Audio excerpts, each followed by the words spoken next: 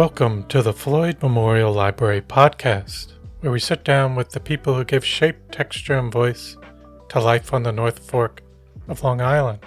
Some are rooted here by generations, others arrived by chance or choice, but all carry with them a piece of the story. We talk about what's changing, what's worth holding on to, and the currents of history, both quiet and loud, that run through this place.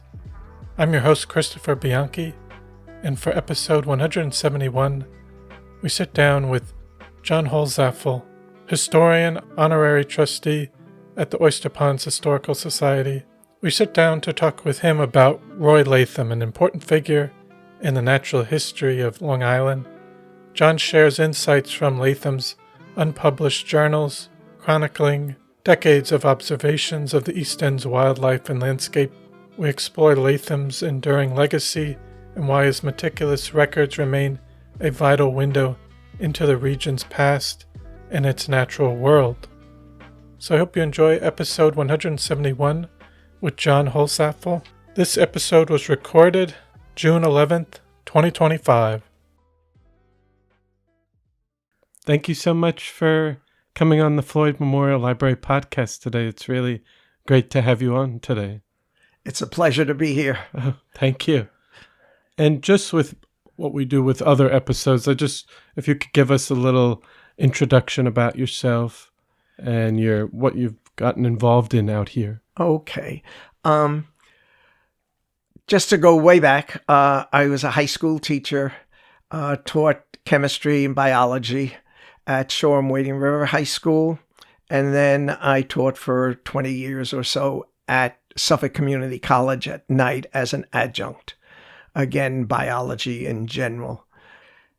When I retired from teaching in 2002, I started an oyster company out here, the Oysterponds Shellfish Company. It is now the largest shellfish company in New York State.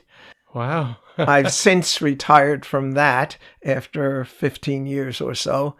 And during the time, I've also been a town trustee, spent a few years, 5 or 6 years, as trustee for the town of Southold. My graduate degree is in marine science, so that's how I ended up in oysters and that area. And I've always been interested in nature, and in particular, I was made aware, particularly by Paul Stoutenberg, who is a naturalist out here of fame, that Roy Latham was really the father of everything, that he is the ultimate naturalist on the East End. And his journals lay untouched. And for 15 or 20 years, I tried to get them out into the light of the public.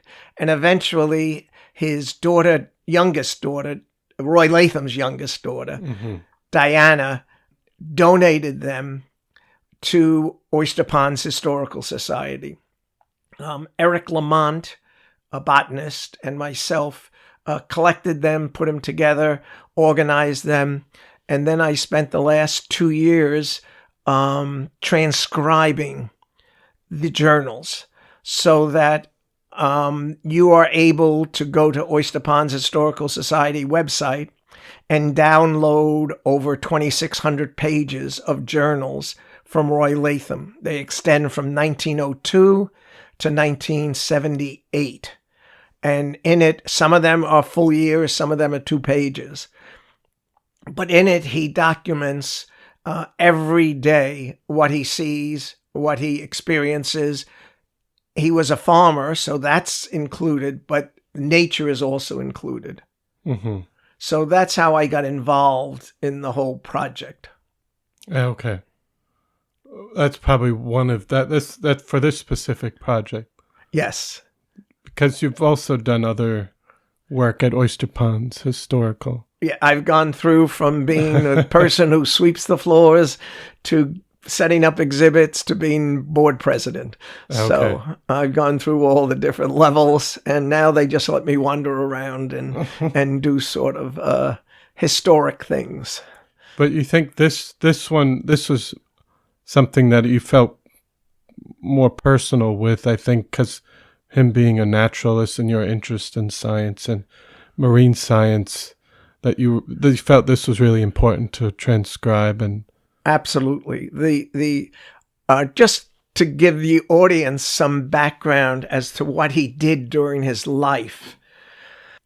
Near the end of his life, he decided to donate his collections. He donated over 100,000 pinned insects to Cornell University. Wow. He donated over 100,000 plants, mosses, lichens to the State Museum at Albany. He donated 20,000 fish, stuffed birds, shells to the State Museum at Albany. He donated 20 or 30,000 Native American artifacts to the Indian Museum in Southold. Smithsonian has about 400 or 500 of his specimens, including 2 species that he actually discovered and are actually named by him after him, so that they have the Lathami at the end of their name. There's at least another 10 or 12 species that other scientists labeled for him with a Lathami ending. He would send samples to the entomologists, the bug guys. He would send fish samples, and they would then run with it and discover that it's a whole new species. His collections were unparalleled. You know, New York Times said when he died, it was the largest personal collection. Wow. You know, and to go back a little bit, if I can. Sure. Roy grew up on a farming family, and he farmed in Orient, spent his whole life in Orient. His formal education was limited. He would go to school maybe December, January, February, and that would be his formal education. The rest of the time you worked on the farm. It was subsistence. You know, they fished. They were a fishing family and a farming family, and that's what they subsisted on. That was their life. So his formal education was fairly limited, but through his own drive, he made connections with the world experts in every field. I gave a presentation on him, and the opening slide that I use in the presentation is a quote from his journal. And basically, not word for word, but basically what it says is, I went to New York City and met Dr. X. Now, Dr. X is the author of Birds of Long Island. He's the expert. And then a little later, I met Robert Cushman Murphy, Dr. Robert Cushman, who is the head of ornithology at the American Museum of Natural History, author of dozens of books. Then I went to the entomologist at the Brooklyn Museum, Dr. Y, you know. The next day, I met with Mr. So-and-so, who's head of the Indian Museum in New York City, who's a Columbia professor.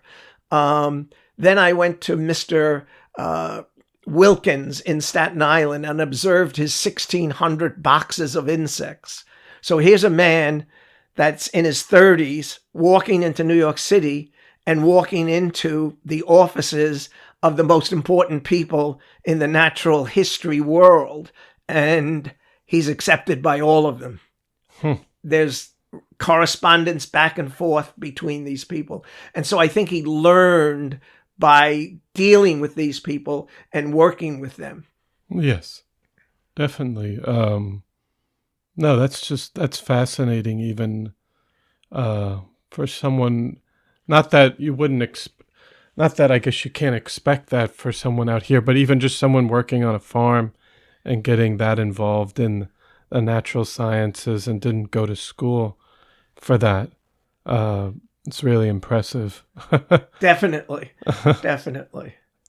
And then I guess before we get into some of his journals, was there any profound work or impact that he's had on the scientific community? Yes. The obvious answer is yes. As I said, he introduced all these species that no one literally knew about, and collected. Constantly, he is saying, this is the first example in New York State. This is the first example on Long Island. Now, we're talking about a bug. We're talking about a plant.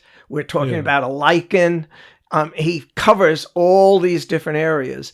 And he is bringing that to the world. Probably one of his biggest contributions was the Orient Focus Group. This was a group of Native Americans. And that group extended from Connecticut down to Pennsylvania. And they're, I'm going to say, 3,000 or 4,000 years ago. And they were an unknown civilization until he came along. And he found 2 of their burial grounds in Orient. And in it were several and up to a dozen different bodies. And in it was burial stone pots. And it's interesting that in the stone pots, they were buried with the person, and the pot would be broken. A hole would be driven through the bottom, and it was placed with the person, that the pot was no longer being used. And he did most of the original work on that and publications. Now, there's 2 sides, and I have to say this, there's 2 sides to this, is that was Roy Latham a grave robber, or was he protecting it? And I think you can take both sides. You know, he obviously did dig into Native American graves, and he did bring up bodies, and they were in the Museum of Natural History. They were sent to various museums.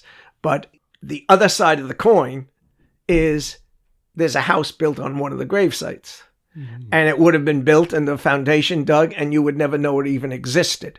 Yes. So that his efforts actually ended up with preservation of some of the sugarloaf over on the south side. That's saved. Yeah. And it's saved because he found it and made a point of it. Up in Orient, there's a house built right on the first burial ground that he found. That, you know, he covered it over, and somebody came along, and it's their property, and they built a house on it. So, you know, there's 2 sides to that, but at least he was the one who discovered this community of people who lived here, stone utensils, and wrote much of the original works on this culture. So when you say, did he have an influence on science, it just is so broad-banded. You could go on forever and ever about some of the things. In the journals, I'm going to keep going. If you want me to, I can stop at any point. No, but go into the... In the journals, for instance, in the early years particularly, I'm talking 1909, 1910, 1915, he'll have a list of 150 birds. And it's a column of birds. And then on that same page, the next column is when the bird first arrived in Orient. How many? The next column is when the next birds arrived and how many. The next one is when they built nests. The next one is when they laid eggs. The next one is when they left. And that's for the springtime, going into the fall. Then next to that, he has all the fall birds coming down. The winter birds, that the ducks and everybody else who's leaving the north, he says when they first arrived, you know, how long they stayed. So that is a mountain of data that's there to be used, especially when you start thinking of climate change. That 1910 is a lot different than, 2025. Yes. And that, these dates have shifted. But with his data, you can now compare and see the shift so that, it's a as I say, a mountain of information Yes. that's there to be picked at. Was he focused mostly on the North Fork, or did he, like, even in his journals, did he travel to other areas? In the 1920s, he hopped in his flivver, which I had to look up. Flivver was a car produced for 10 or 15 years, and he would drive to Montauk. Now, think of driving to Montauk in 1920 or 15. He would, interestingly, and it took me a little while to figure this out as I was going through the journals, but whenever he went on one of these trips, it was usually a Sunday. And I'm sure, I don't know it as a fact, but I am sure that you didn't work the farm on a Sunday. You know, unless you had to. Do you know what I mean? Yeah. That there was, so that on Sunday he felt he's not going to work, he'll go out and do his things.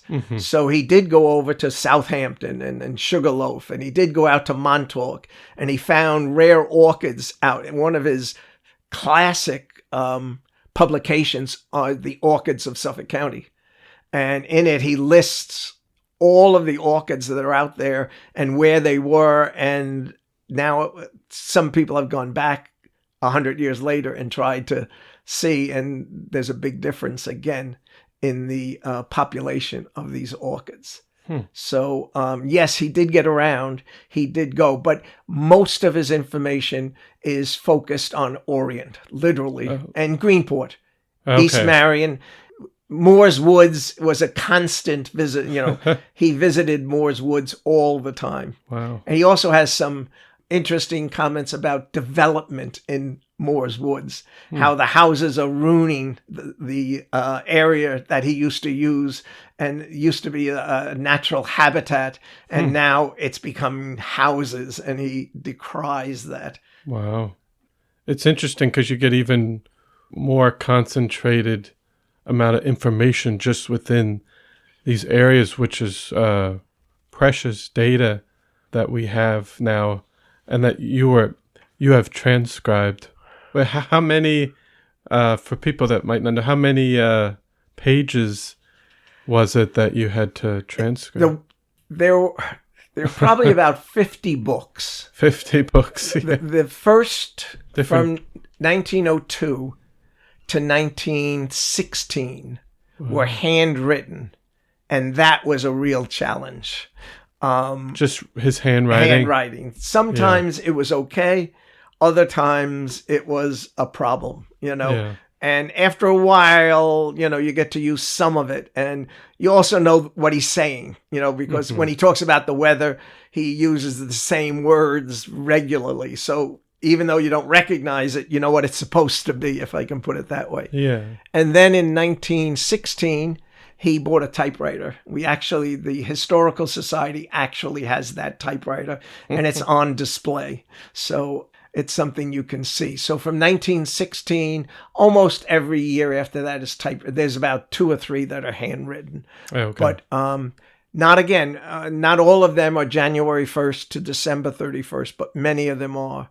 It turns out that the Word document where these are all found is a little over 2,600 pages. And as I say, you can download it from the website, and it is searchable. So if you want to look up your great-great-grandfather and see if Roy and he knew each other, or they traded arrowheads, or if they, went out botanizing, he did that with a number of different, and he names people.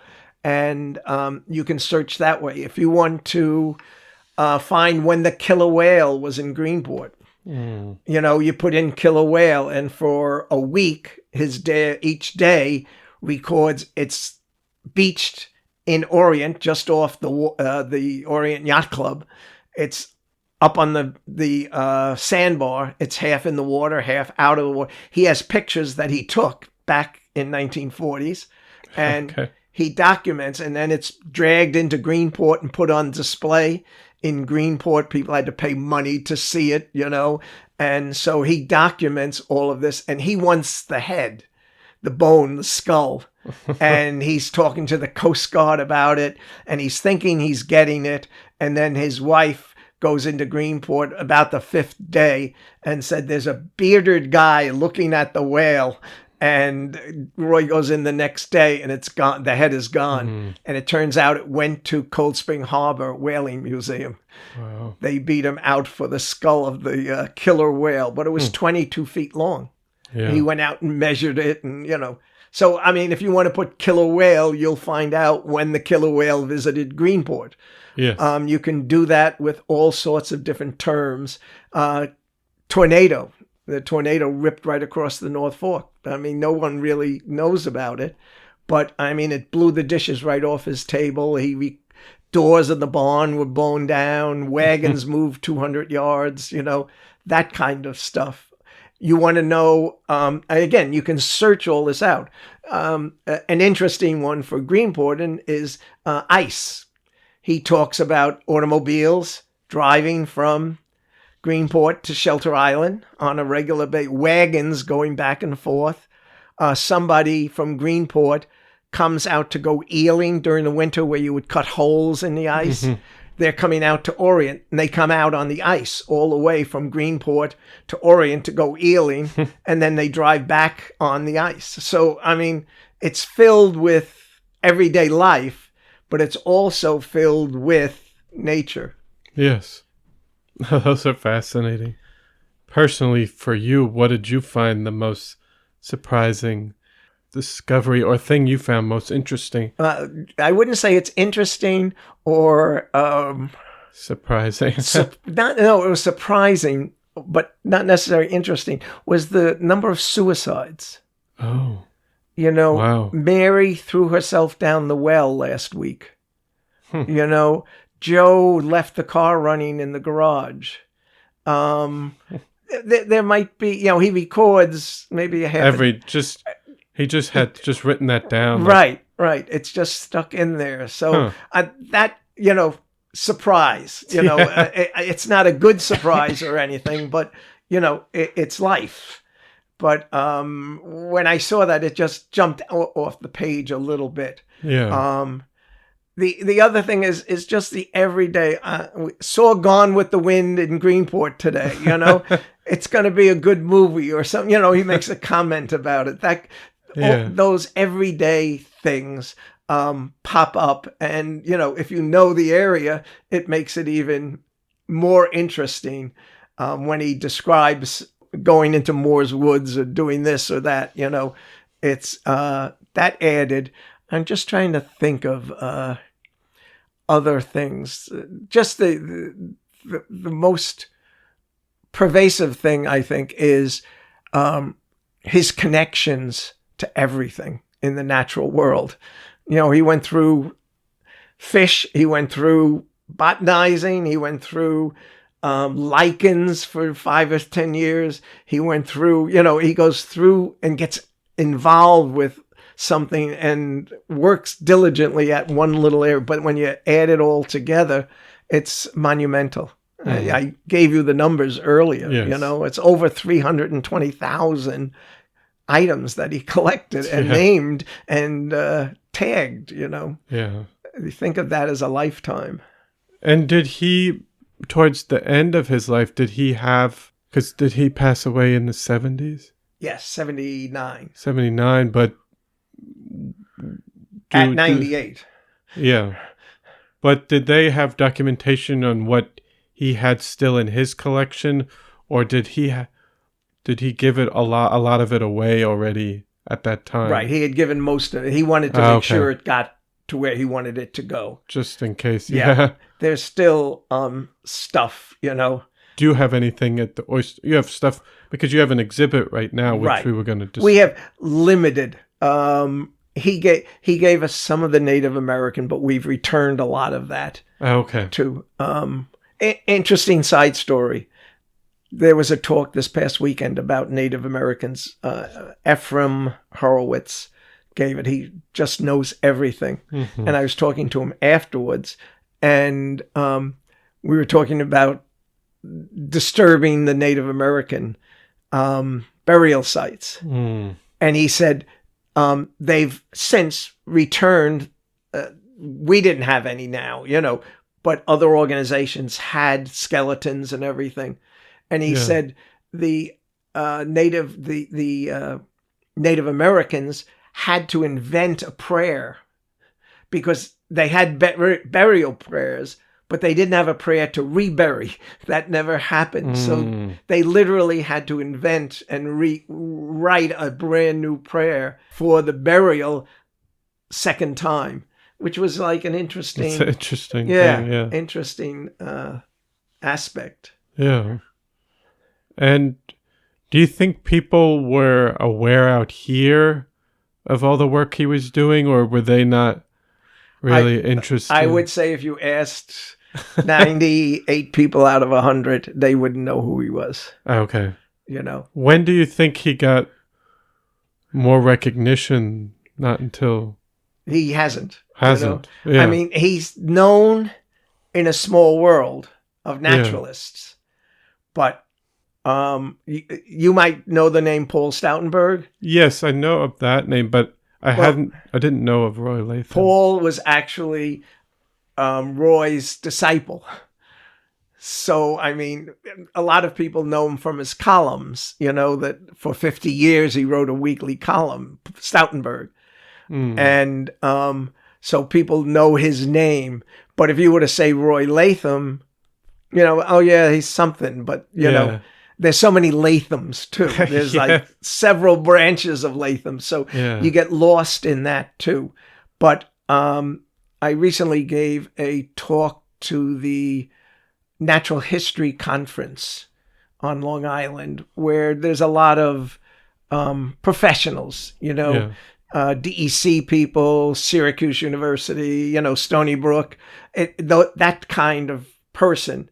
And I explained to them that the journals are now available, you know, but most of those people there would know who he was, but might not know that his journals are now out there publicly so that they can search them. One woman I was talking to, she's doing a mammal survey of New York State. She has a grant for it. And she said, I'm looking that up tomorrow. You know, she's going to go to the journals and see what he found, you know? Yeah. So he's not well known.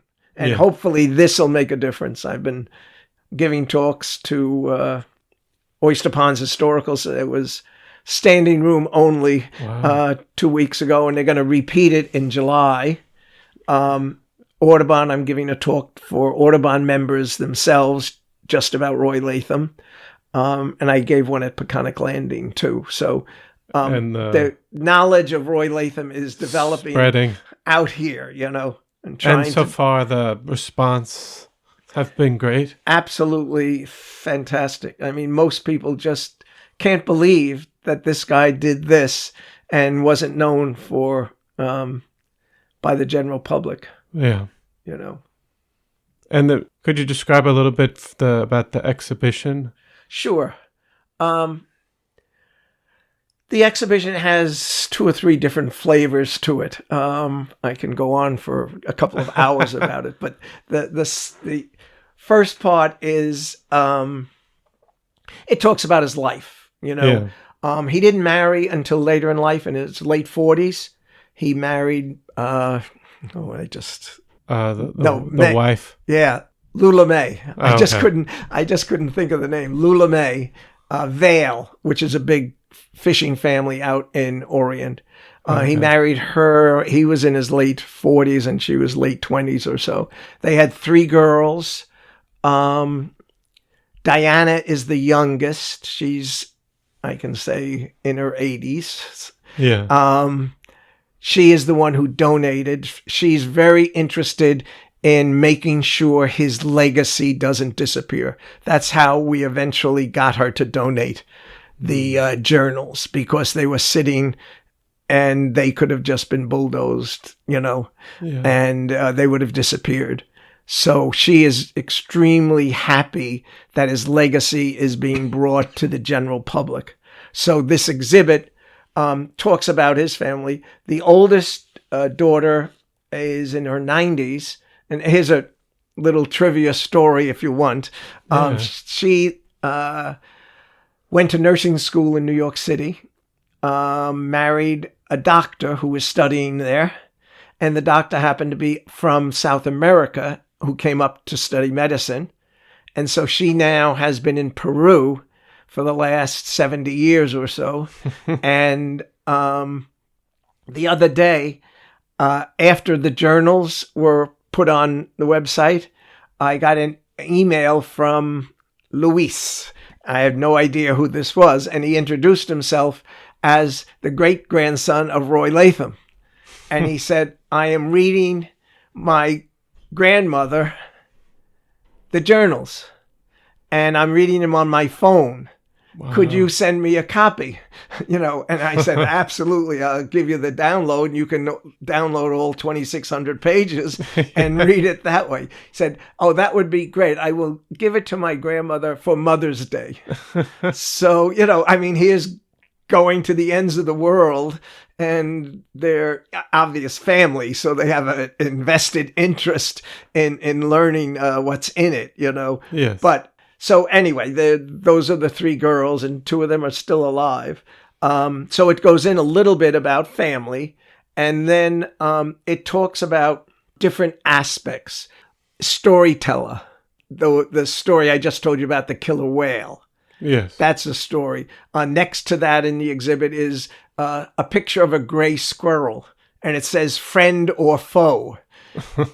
And interesting, and people find this, when I give tours for it, people find this fascinating, is that the gray squirrel wasn't out here in Orient. Somebody brought it out as a pet, and it got out, and he records, this is the first gray squirrel I've ever seen. And then it goes on in the journal, well, there's a lot more gray squirrels now, and they're so cute. I like watching them. And then the next thing is they're digging up the corn seed, and now they're a foe to the farmer, and they're shooting them, So again, there's story that he tells, and we just picked those three out.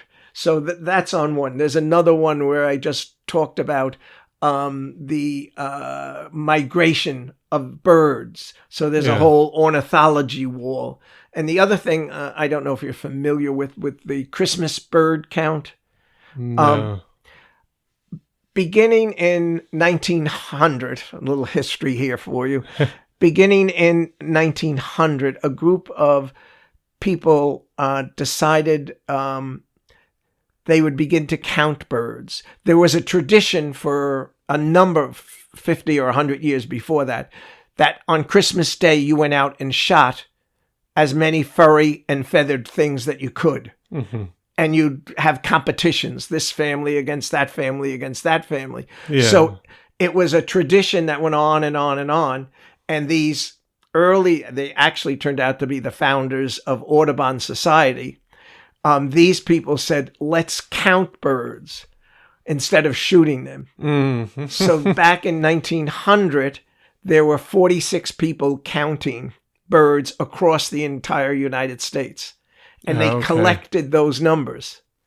And now Roy Latham, after a year, he claims that he did it from the very beginning, but I cannot find records for the first 3 or 4 years. But 1904, definitely there are records. And National Audubon has one person, and it lists the birds that he saw in the records.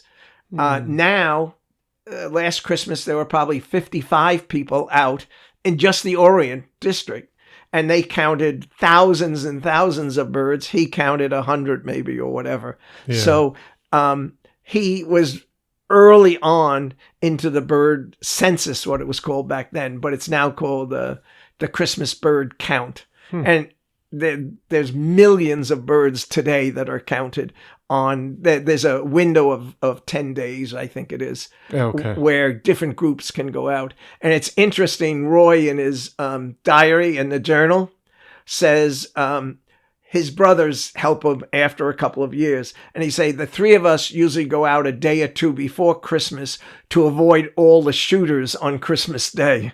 They go out to count the birds before the guys are out there shooting them all. So that's another whole wall that's there. In the other room, there's a collection of turtle shells that he donated. It's all the land turtles and a couple of the sea turtles that, again, he collected in his nets or on land. And interesting for your listeners, a couple of the shells, and he records this at least a dozen times in his journals. I found a box turtle with the initials EH, the date 1875. And so he's finding them in 1930. And so he's saying that the turtle shell is 60 years old. This one is 110 years old. So box turtles tend not to travel very far. Their natural distance is very small comparatively. So you find the same turtles regularly. So he'll come upon turtles regularly, and they're initialed, cut in the shell, and the date is often on them. So he's able to date how old a turtle is. So some of those are on display. Okay. There's three, and again, I'll go on for a while if you want, but there are three examples, and there's dozens in his journals, but three of the interesting ones. He talks about churn nests at what's now Orient State Park. Mm-hmm. He goes out with Dr. So-and-so, the bird expert, and they count 6,000 breeding pairs. Wow. The nests are on what he calls Long Beach at the time. That's 1933. 1934, he goes out and there's 300. 1935, there's 100. And what happened was the nesting area was completely destroyed because Robert Moses built his road for the Orient State Park right through the nesting grounds.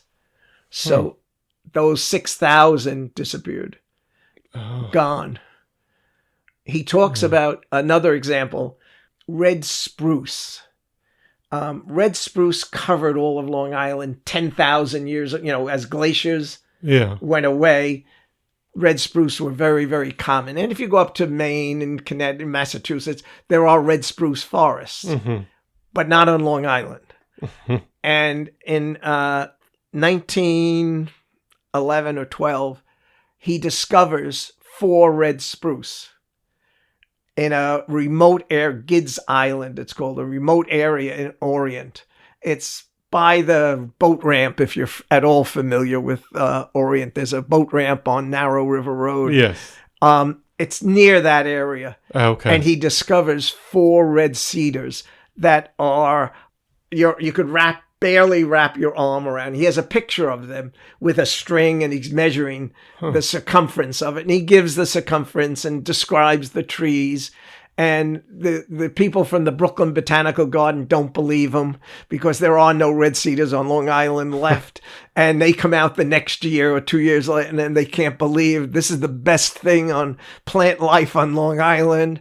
And it goes on that he finds little seedlings that are 6 or 8 inches tall. And then 2 years later, they're 15 inches. And he has a picture of somebody with a white shirt sitting on the ground, and then against the white shirt is one of the seedlings as a shadow, and you can see it clearly, the picture. And then 2 or 3 years later, the entrance is Wilcox and his band have been burning mosquitoes on the marshes and let go right into the woods without stopping it. And the red spruce are all dead, just like that.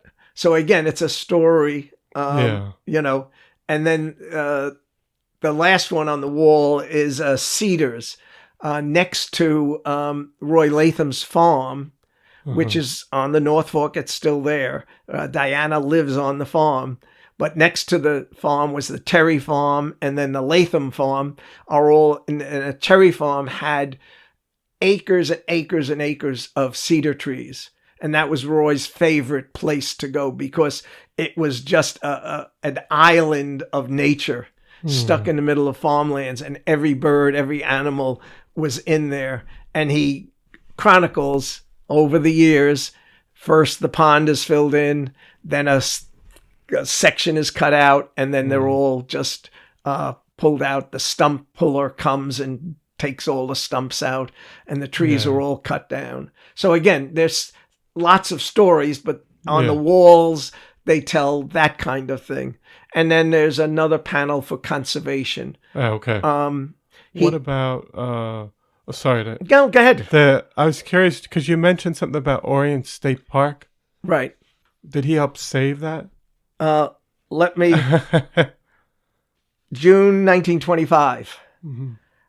Quote, "It is my suggestion that a section of Long Beach," that's where the state park is, "be set aside for a permanent breeding ground for birds and allied species which habitually nest there." That's 1925. Robert Moses takes it over in the 30s and destroys the whole place. So he asked for it. Yes. Another one, Dan Bede, doesn't matter who he is. This is again from the Journal. Called from the city on phone about a trip with Robert Cushman Murphy. Now that's the head of ornithology at the Museum of Natural History. Wrote a dozen books, world expert. So they're going to go about a trip with Robert Cushman Murphy to Gardiner's Island in interest of preservation of the island, federal park project. So now, he's trying to save Gardiner's Island. Now, look, it stayed together. And this is one of my favorite quotes in this. This is 100 years ago. All right? 100 years ago. "One regrets the thought that the few small wild spots left in Orient may soon be swallowed in the cursed land boom, which is now racing over Long Island. May the bubble burst before it takes everything wild from us." Wow. That's 100 years ago. So you can imagine what he would do now if he saw Orient or East Marion or Greenport. Yeah. So you get the idea that he was interested in preservation and even back then. Conservation. He was one of the leaders in conservation. Eric Lamont, who has published, when we got the journals, he published an article right away. Eric Lamont is a PhD botanist, president of the Long Island Botanical Society, treasurer of the Bronx Botanical Garden publication. He's up in that world. He likens him to John Muir, that you can't, you can't distinguish on the level of each one's writings. And as long as I'd love to read you. Sure. I printed it out just so, and we have 4 or 5 of these on display too. This is from 1910. And just to give you some idea of, a lot of his writings are just clear day, temperature 70 to 75, wind from the northeast in the morning, southwest in the afternoon, no rain for a week, it's that kind of stuff. Lula May went to Greenport to pick up a tire, there's all of that. But mixed in are some really interesting writings. And here's one about spring. I think we have spring, summer, and winter quotes that he just wrote. But this is what he wrote. Spring will be doubly welcome this season to all of us. What must the enjoyment of the wild creatures be after such a severe spell, continually tormenting them with hunger and cold? Spring, could we better see and understand the rare beauty and joy of that word and its meaning? All nature feels it and starts into rapturous life and joy.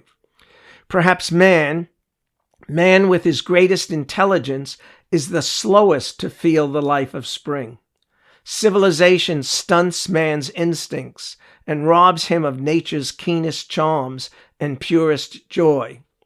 Nature within nature.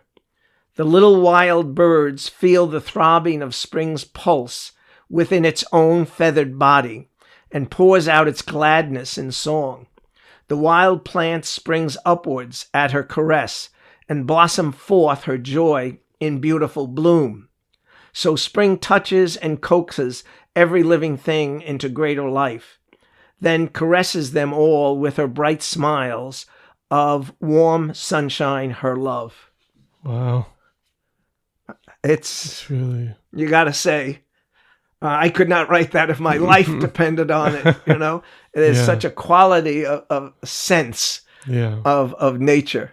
And as I said, I could read you a dozen of them, but I won't bore you with all of them. No. But you get the idea that there's a quality to his writings besides just the everyday mundane facts of life, which is interesting by itself. Yes, but there's things within there that really are fascinating too. World War One. He writes. I'm trying to get November 7th, 1918. He writes, "The war is over. People are out in the streets." The next day he writes, "The war isn't over. It hasn't ended." That was a false alarm. And then November 11th, 11th day of the 11th month, that whole thing. He writes, "The war is over. Bands are marching down Greenport streets. People are banging, they're parading. They're doing everything. The war is finally ended, and you get an everyday view of what it is." Another one, which I shouldn't say, but what I found interesting is his comment, "Women got the right to vote for the first time." They're laughing and they're joking. I don't see how they can be serious about this, something along those lines. Yeah. So, there's some cultural comments that are in there that you have to really think about too. Yes. No, that's interesting too. I was thinking just in terms of his legacy and getting more recognition now, do you think, or I don't even know if there is in the area, is there anything like possibly in talks about, even with, I don't know, it's like Orient Beach State Park or someplace being named? Well, there are some efforts, or there is a Roy Latham nature trail at the state park. It's short. It might be a quarter of a mile or less than a half a mile. And there are stations. And in fact, Eric Lamont's wife was involved in setting that all up. And it talks about what's out there. And then North Fork Audubon has the Roy Latham building. The red house has been renamed the Roy Latham. So that's there's good. Efforts to get, and all of those are within the last 10 or 12 years probably. So, it isn't like he's been out there for a long time, but people know who he is. And I think more people will know now. And as I said, the professionals will be getting into this, I think, and making use of the data that's abundant in there. That they can, there's a lichen expert who, they'll hone in on that part. Dying to know that, this existed here, that kind of thing. Once they are aware that, his notes are available. Yes. So. And what were we going to say? No, I was going to say we still have the journals fit in about one box. And we have another 10 or 12 boxes of donations from Diana. Some of them that you haven't looked through? Barely. I focused on the journals. As I said, 2 years, 2 or 3 hours a day, I had to focus on just that, or I would have gone crazy trying to see. But right now we're looking, I just started to look through his correspondence. So we have letters that he wrote to the American Museum of Natural History, and then their answers. He has both sides of the conversations. And they're just starting to go through. We have probably 1,000 pictures he took of different things. So there's a lot of stuff. Fishing records, some of it is a journal and what fish we caught today, Okay. And others are farming records. We sold that kind of stuff. So it isn't all, some of it is just daily, which is important to some people. Yes. So. Yeah. But so there's still more stuff. There's more work to be done. But somebody can do a master's or a doctorate if they really want to, yes. and spend time on his life and philosophy and questions, that need to be delved into. Yeah. But as I said, I tried to just do the transcription was enough to keep me busy. Yes.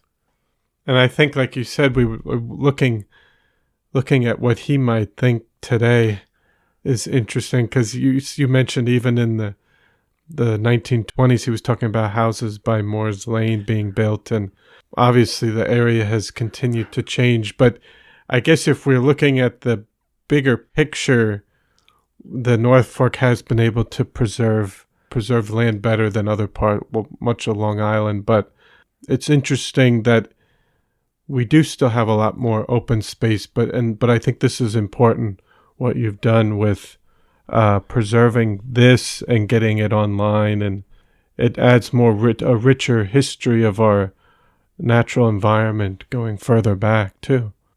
But I'm just seeing, I don't know, was there any other last minute? I don't think so. I just invite everybody to come out to Orient and visit the Oysterponds Historical Society to see that and everything else. Yes, that's there. But there are 2 full rooms with Roy Latham's story in it. Great. So I'll definitely be out there to check it out. Let me know when, and I'll make sure you get a special tour. Oh, thank you. No, but I want to thank you so much for taking the time to come on the podcast today and introduce yourself, and as well as all the work you've done with bringing to light this important person, Roy Latham. So thank you so much for coming on. Not a problem. Happy to do it. Well, I hope you enjoyed episode 171 with John Holzapfel. I want to thank you for listening to the Floyd Memorial Library podcast, and we'll see you next time.